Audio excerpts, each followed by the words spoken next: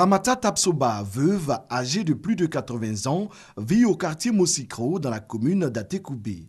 Elle a perdu son mari, cela fait aujourd'hui 26 ans. Depuis le décès de son homme, elle ne s'est plus véritablement retrouvée et avec elle, ses 8 enfants, dont un seulement mène une activité. Après le décès de mon mari, je n'ai pas eu moins pour équiper mes enfants. Ils battaient à l'école, mais je n'ai pas eu moins parce qu'ils n'ont pas continué à l'école. Donc ils sont restés. Sans moyens, cette femme, dans le dénuement, s'accroche à la vie. Quand je suis malade, en tout cas, on me donne ordonnance, je n'arrive pas à tout payer. Si mon fils a eu, il paye un peu, moi aussi je débrouille et paye les restes. Si je n'ai pas eu aussi, c'est qu'il a payé et me soigne avec. Seul, avec ses petits-enfants, Ramata ne compte que sur la providence pour combler ses espoirs. Ce que nous on veut, en demandant à Dieu, c'est que vous avez eu pour nous donner. Tout ce que vous devez gagner, donnez-nous. Ce que Dieu vous donne, vous n'avez qu'à nous donner ça, parce qu'on n'a pas de moyens. Toutes les veuves ne sont pas logées à la même enseigne, fort heureusement. Thiès Djoumansi et ses 4 enfants résident à Yopougon, Trois-Rouges. La veuve se souvient de ce jour sombre du 1er avril 2006. Son époux s'est éteint subitement, emporté par un AVC. Professeure d'anglais dans un lycée de la place, elle s'en sort plutôt bien dans l'éducation et la prise en charge de sa progéniture. Thiès Djoumansi a des réalisations. Elle a également des projets et se dit pleinement épanouie, malgré son statut de veuve. Je n'ai vraiment pas d'ennui, ni avec ma belle famille, ni avec quiconque. Mais le quotidien des mamans, ce n'est pas facile. Quand vous donnez 2 kilos de riz à une, plus un sachet d'huile, en partant, elle a l'impression qu'on va la poursuivre pour lui arracher encore tellement elle est étonnée. Parce que c'est la misère totale. Nous avons des veuves qui ont été traumatisées pendant les cérémonies de veuvage, qui ont été battues, qui ont été dépouillées de tout. On en a une qui avait même été jetée en prison. Les enfants n'ont pas à manger, puisque la maman ne travaille pas, le papa ne vit plus. Ils sont obligés de s'adonner à n'importe quel vice. Et c'est dangereux pour la sécurité de la nation. D'une veuve à une autre, allons à la rencontre de Thérèse Bié, commerçante de produits vivriers à Yopougon, Sikoji. 24 ans après la mort de son mari, elle continue de se battre pour le devenir de ses 3 enfants. Ça n'a pas été facile, mais elle est décédée quand les enfants étaient encore très mineurs. Mais je me suis battue. Mon activité me permet quand même par jour de gagner 20 000 francs. Cette femme battante est un modèle de volonté et de courage. Mon projet vraiment, c'est de construire une maison. Et je vais construire cette maison. Moi, je lance un message à toutes les femmes veuves. Une veuve ne doit pas être une femme qui fait pitié. Une veuve doit être une femme qui se bat, comme si son mari était encore vivant. En tout cas, moi, je me bats pour m'en sortir avec mes enfants. Je ne me laisse pas. Je ne dors pas. Je suis toujours souriante. J'ai toujours la joie. Je ne fais pas cas de mon mari qui est décédé. Je sais qu'il est parti. Ça me fait mal. Mais je ne fais pas cas. Ramata Tapsoba, Thiès Djoumansi, Thérèse Bié, 3 veuves, même destin, mais fortunes diverses, pourrait-on dire. À travers le monde, quelques associations œuvrent à la défense des droits des femmes après le décès de leur mari. L'ONG chrétienne Minoge, le ministère international de la nouvelle génération, basé en Côte d'Ivoire, en est une. Créée en 1999, cette organisation s'assigne pour mission principale de contribuer à l'épanouissement spirituel, psychologique et socio-économique des veuves et des orphelins. Il faut imaginer une veuve, par exemple, qui est au village, elle n'a rien, elle n'a personne, elle est malade et elle meurt comme ça, dans la solitude, abandonnée. Il y en a parce qu'elle ne gagne même pas à manger, elle meurt de faim. Ignorées par la plupart des organisations de la société civile, les veuves sont pourtant victimes des misères les plus inimaginables. Les Nations Unies estiment à 245 millions les veuves dans le monde. 115 millions d'entre elles vivent dans une situation d'extrême pauvreté. Pour donner une reconnaissance à la situation des veuves, l'Assemblée générale de l'Organisation des Nations Unies a proclamé le 23 juin de chaque année Journée internationale des veuves.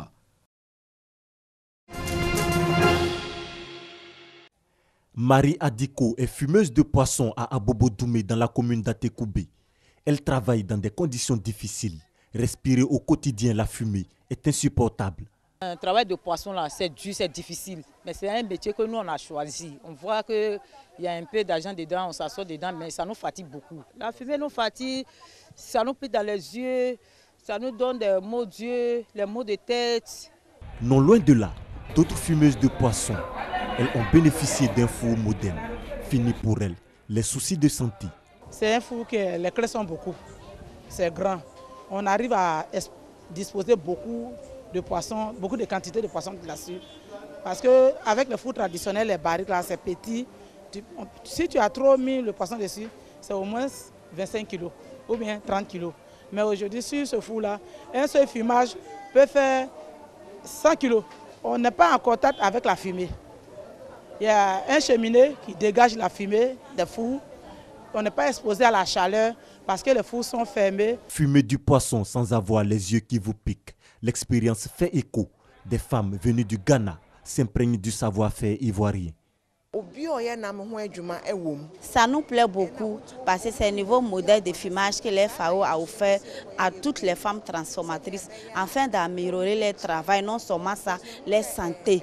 Et encore ça donne encore de revenus parce que quand le poisson est bien fumé, le prix est encore bon pour la fumeuse. C'est une expérience que nous espérons voir chez nous et nous allons la mettre en pratique aussi.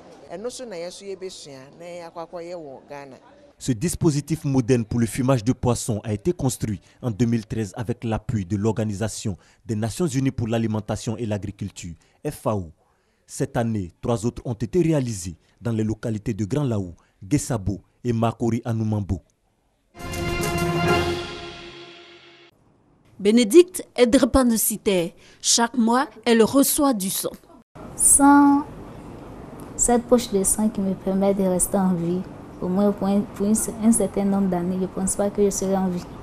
Tout comme Bénédicte, elles sont nombreuses les personnes qui ont régulièrement besoin de sang. Et pour recevoir ce produit, il faut bien des donneurs car le sang n'a pas de substitut. C'est juste un geste honorable pour pouvoir sauver des vies puisqu'il y a plein de personnes qui en ont besoin. Le sang sauve des vies, mais il peut s'avérer dangereux. En clair, la compatibilité est primordiale. Chacun d'entre nous est défini par un groupe, c'est son identité. Et cette personne qui est du groupe O, si vous lui donnez du groupe A, vous allez créer un combat en son sein qui va entraîner sa mort. Dans la norme, il faudrait donner au patient du sang de son groupe sanguin et de son RH. Il y en a à peu près 36 systèmes de groupes sanguins. Malheureusement, la population, le commun des mortels, ne connaît que ce qu'on appelle le ABO. Le classique, et c'est ce qui est le plus important. Okay? Vous avez le sujet, par exemple, cette patiente, elle est de groupe A. Vous voyez que la poche porte le groupe A. Mais les 35 autres qui sont présents dans cette poche, est-ce que c'est les mêmes que cette patiente-là A? C'est vrai que le A peut être pareil, mais dans les 35 autres systèmes, ça peut être différent. Au Centre national de transfusion sanguine d'Abidjan, CNTS, pour garantir la sécurité transfusionnelle, des tests sont réalisés juste après prélèvement. Des appareils de dernière génération effectuent ce travail. On a 2 types de techniques. On a la technique manuelle et la technique automatisée. Pour la technique manuelle, sont réalisés 2 prélèvements sur tube violet, pour que 2 techniciens arrivent à déterminer le même groupe pour le même échantillon. La machine est plus fiable. Elle nous donne un groupe sanguin qui est plus fiable. Donc, c'est un seul tube. Donc, lorsque le tube est passé sur la machine, il nous donne le résultat. Les personnes du groupe O négatif sont donneurs universels. Elles peuvent donc donner du sang à un receveur de n'importe quel groupe, tandis que celles du groupe AB positif peuvent recevoir le sang de n'importe quel groupe. Ces personnes sont donc receveurs universels. Les produits sanguins avec solution de conservation ont une durée de 42 jours et sans solution de conservation 35 jours, d'où l'appel récurrent du CNTS au don de sang.